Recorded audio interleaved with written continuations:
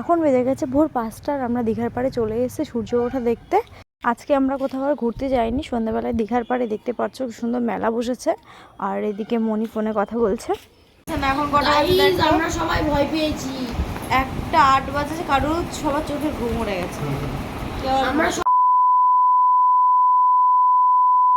Hello friend, good morning, welcome back to my Pakhi's blogging channel. তোমরা তো সবাই জানো আমরা দীঘায় এসেছি।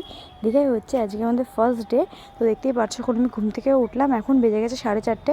মনি আমাদেরকে ডেকে দিল, যেহেতু সূর্য ওঠা দেখবো এর জন্য সকাল সকাল যেতে হবে।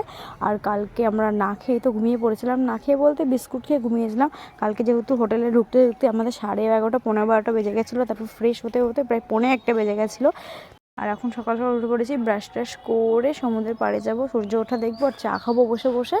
তো চলো আজকে সারাদিন কী কী করবো সেটাই তোমাদের সাথে শেয়ার করবো। ভিডিওটা কন্টিনিউ দেখতে থাকো, আশা করি ভালো লাগবে।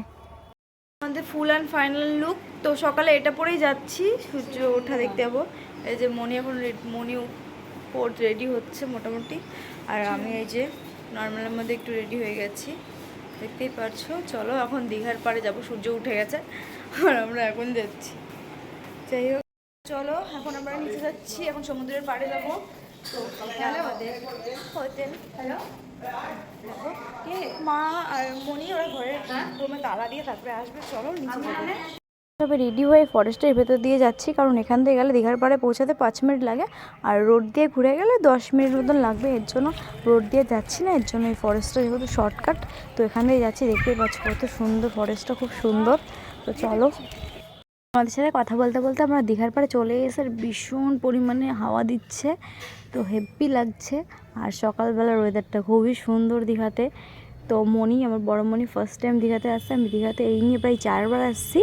তো যাই হোক চলো, আমি তাই মনিকে বলছিলাম তোমার ফার্স্ট দীঘায় আসার ফিলিংসটা কেমন। তো মনি আর মা নাইটি পরেই চলে এসছে, যেহেতু চা খাবে, কে আবার রুমে যাবে, গিয়ে চেঞ্জ করে তারপরে স্নানের জন্য আসবো। এর জন্য ওরা বলে যে চা খাবো, তো পাশেই যেহেতু, এর জন্য নাইটি পরেই চলে এসছে। তো হেভি হাওয়া দিচ্ছে। আর আমরা এখন বিশ্ব বাংলা গেটের কাছে আছি, তো এত পরিমাণে দিকে এখানে হাওয়া দিচ্ছে না, ফোনটাও ঠিক করে ধরতে পারছি না, চুল উড়ে যাচ্ছে এদিকে, আর মানে ফোনটাও কেমন কাঁপছে। তো চলো ওই দিকটায় গিয়ে একটু রিলস বানাবো আর নিচে নামবো। এখানে একটা বাদর বসে রয়েছে দেখো, আর মা বলছিল যে একটা বিস্কুট কিনে দেওয়ার কথা। আমি বলছি না, আমার যদি কাছে গেলে মেরে দেয়, এর জন্য আমি যাইনি, দূর থেকে একটু ভিডিও করে নিলাম। দেখেছি 5:08, তো ভাটা পড়েছে, সবাই দেখছি নিচে নেমে ঢেউর মধ্যে একটু ভিজছে। আমার ভাইও নেমে গেছে অনেকক্ষণ আগে, তাও মাকে বললাম মা আমি একটু যাবো, মা বললো ঠিক আছে যা তাহলে। তাই আমি আবার কিছু রিলস ভিডিও বানিয়ে নিলাম, ইউটিউবে শর্টস বানিয়ে নেওয়ার পরে তারপরে তোমাদের সাথে এখন কথা বলছি। আর মা, মনি আর বড় মনি এদেরকে বললাম নামো, ওরা বলছে না এখন নামবো না, পরে স্নান করার সময় এসো তখন একবারে নামবো। তো আমি একটু ঘুরু ঘুরু করি আর তোমরা ভিডিওটা কন্টিনিউ দেখতে থাকো। আর দেখো আমার ভাইয়ের এনজয়টা শুধুমাত্র দেখো, দীঘার ঢেউ আসছে আর দৌড়ে দৌড়ে যাচ্ছে যে পাটা ভেজাবে না, একবার এই পাশ যাচ্ছে একবার ওই পাশ যাচ্ছে, শুধু দুষ্টুমি করছে। ভাই আবার ডাকলো আমাকে, বলছে দিদি দেখ এখানে স্টারফিশ রয়েছে আর সবুজ কালারের শামুক রয়েছে, তো ওটা দেখাতে ডাকলো, তাই আমি আবার তোমাদের সাথে একটুখানি ভিডিও শেয়ার করে দিলাম। এবারে তো আমরা অনেকক্ষণই ঘোরাঘুরি করলাম, তারপরে মা এখন ডাকছে, বলছে চল চা বিস্কুট খেয়ে নিবি তারপরে আবার ঘুরবি। তাই এখন আমরা চলে যাচ্ছি, চা বিস্কুট খাবো, তারপরে আবার একটুখানি ওইদিকে ঘুরবো। এখানে আমরা চা খেতে বসে পড়েছি, আর এখানে এক ধরনের বিস্কুটগুলো না দীঘার একদম ভালো না, তো এক ধরনের সুজির মতন, আমার মা তো এর নাম দিয়েছে ধাপড়া ধাপড়া বিস্কুট। সে যাই হোক, এই বিস্কুটটা এখন খেতে হবে, কিছু করার নেই। আর এদিকে চা দিয়ে নিয়েছে, চাটাও একদম ভালো ছিল না, বিশাল বিচ্ছিরি খেতে দীঘার পাড়ের চাটা, কি বলবো। তো কি আর করা যাবে, সমুদ্রের সুন্দর হাওয়া খায় আর পচা চা খাই। চা খাওয়ার পরে তারপরে মনে বললো যে ওইদিকে একটা নতুন জগন্নাথ মন্দির আছে। তো আমি দীঘায় প্রায় 3-4 বছর পরে আসলাম, তো এখন অনেক নতুন নতুন জিনিস হয়েছে, তাই ওইদিকে আবার ঘুরতে চলে যাচ্ছিলাম। তো চলো, যেহেতু এখন অনেক সকাল তাই জগন্নাথ মন্দিরটা খোলেনি, তো বাইরে থেকে আমাদেরকে মন্দিরটা দেখিয়ে নিলাম। জানি না দেখতে পারছো নাকি, কিন্তু বাইরের কাছ থেকে আমরা কিন্তু জগন্নাথ ঠাকুরকে দেখতে পেরেছিলাম। জগন্নাথ মন্দির দর্শন করার পরে তারপরে চলে এসেছিলাম এই ঝাউ বাগানটার কাছে, দেখো কত বড় বড় ঝাউ গাছ। তো এখানে কিছু রিলস বানিয়ে নিলাম আর একটু ফটো তুলে নিলাম। আর হেব্বি লাগছে সত্যি, দীঘার এই জায়গাগুলো খুব সুন্দর, খুব ভাল লাগে। জগন্নাথ মন্দির, ঝাউ বাগান দেখার পরে আমরা এদিকে চলে আসছিলাম, কারণ মা বললো যে সকালে তো চা বিস্কুট খেয়েছিস, এত কিছু খাওয়া হয়নি, তো কালকে রাত্রির থেকে না খাওয়া, এর জন্য তাই এখন চলে যাব। চলো এখন খাওয়া দাওয়া করবো, সকালে ব্রেকফাস্টটা সেরে তারপর রুমে যাব। আমরা এখন এখানে খেতে বসে পড়েছি আর কচুরি অর্ডার দিয়ে দিলাম, তো কচুরি এখন দেবে। আর এখানে সুন্দর হাওয়া দিচ্ছে, সুন্দর হাওয়া খাবো আর সাথে কচুরি খাবো। তো চলো খাওয়া দাওয়া করে নিই। আমাদের খাওয়া কমপ্লিট হওয়ার পরে তারপরে এখন আমরা চলে যাচ্ছি রুমের দিকে। তো রুমে যাব, গিয়ে ফ্রেশ হব, একটু সাজুগুজু করে আবার আসবো সমুদ্রে স্নান করতে। তো চলো একবার রুমে গিয়ে তারপর তোমাদের সাথে কথা বলছি। কি বলছিস বল? কি বলছিস? গাইস জানে কি দীঘায় আসলে সবাই সেফটি ভাবে থাকবে। আমি একজনকে দেখে আসলাম যে সে তার থেকে বড় ঢেউ এসেছে, এবার সে স্নান করতে নেমেছে, এবার তাকে নিয়ে চলে গেছে, ভাটাও পড়ি। তারপর সব পুলিশ এসে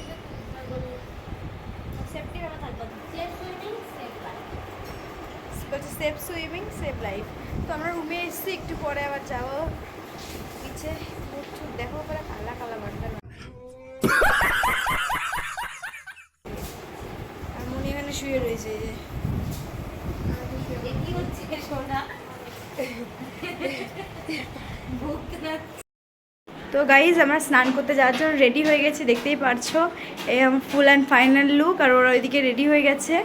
তো গাইজ আমরা এখন যাচ্ছি স্নান করতে। তো ফোনটা তো নিয়ে যেতে পারবো না, কারণ আমার তো আইফোন না যে নোনা জলে নিয়ে যাবো। আর এই যে আমার ভাই এসছে, এ পাশায় ভাই, এ পাশায়, এ পাশায়। এই যে আমার ভাই, আর এই যে আমি টাওয়াল নিয়েছি আমি, এটা। আর ওই যে ওখানে সবাই আছে, যাবো। গোলমালে গোল, লাইফ ইন গোল।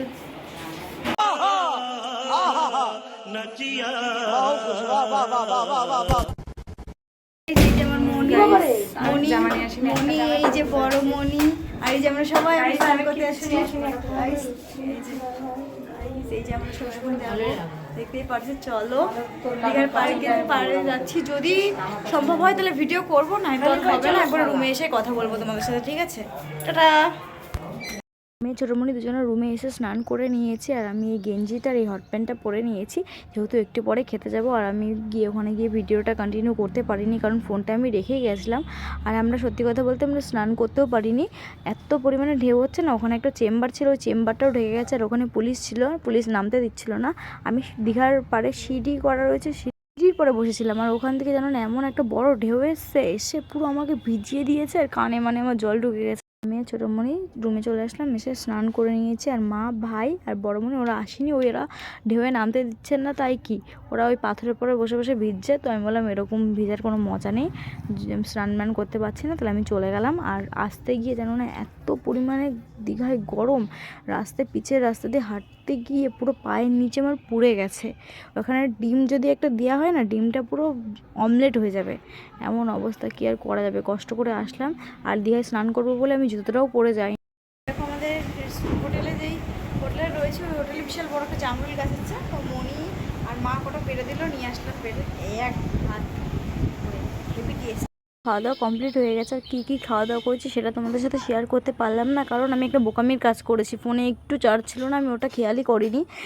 যখন খেতে গেছিলাম তখন ফোনটা চার্জে বসিয়ে গেছিলাম। তো খাওয়া দাওয়া করে চলে এসেছি, এখন আমি একটু ঘুমাবো। ঘুম থেকে উঠে তারপরে কোথাও যদি ঘুরতে যাই ঘুরতে যাবো, না তো দীঘার পাড়েই থাকবো।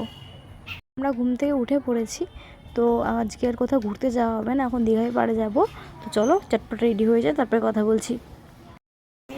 আর ওই যে ছোটোমণি সবাই রেডি হয়ে গেছে, আমরা সবাই এখন যাবো দীঘার পাড়ে। আমরা ঘুম থেকে উঠে এতটা দেরি করে ফোন দেখছিলাম, দেরি হয়ে গেছে, এখন বাজে 6:51।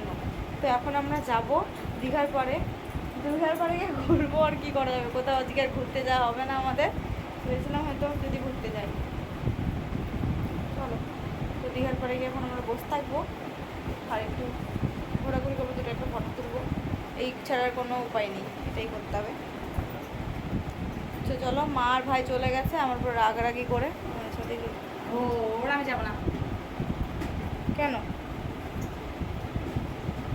সাথে কথা বলতে বলতে আমরা দীঘার পাড়ে চলে এসেছি, যেহেতু মায়ের ভাই আগে চলে এসেছিলো, তাই আমি, মনি আর বড়মণি তিনজনে পরে আসলাম সাজুগুজু করে।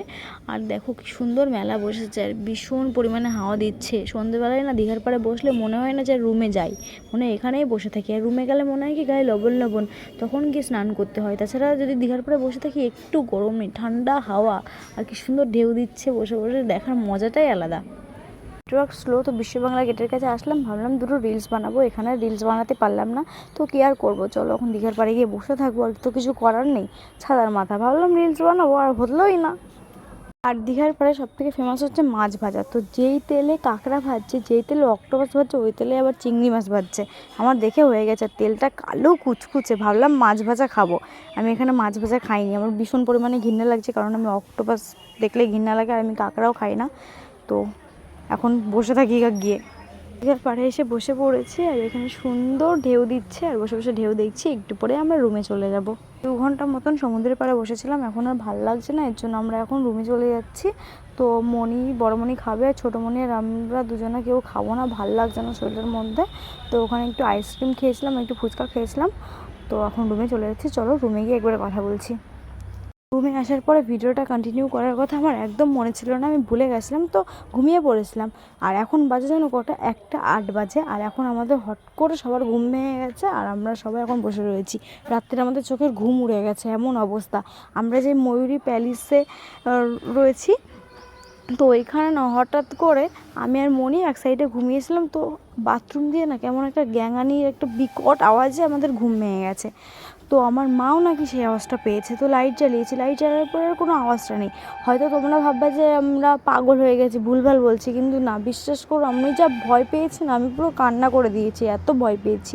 আমি আর ভাই ঘর লক করে দুজনে বসেছিলাম, যেহেতু আমি একা থাকতে পারছিলাম না, ভীষণ ভয় লাগছিল।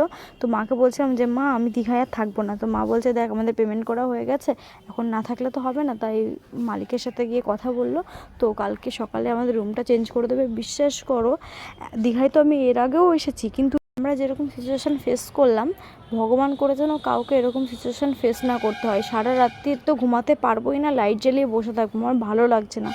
তো ভিডিওটা এখানেই স্টপ করছি।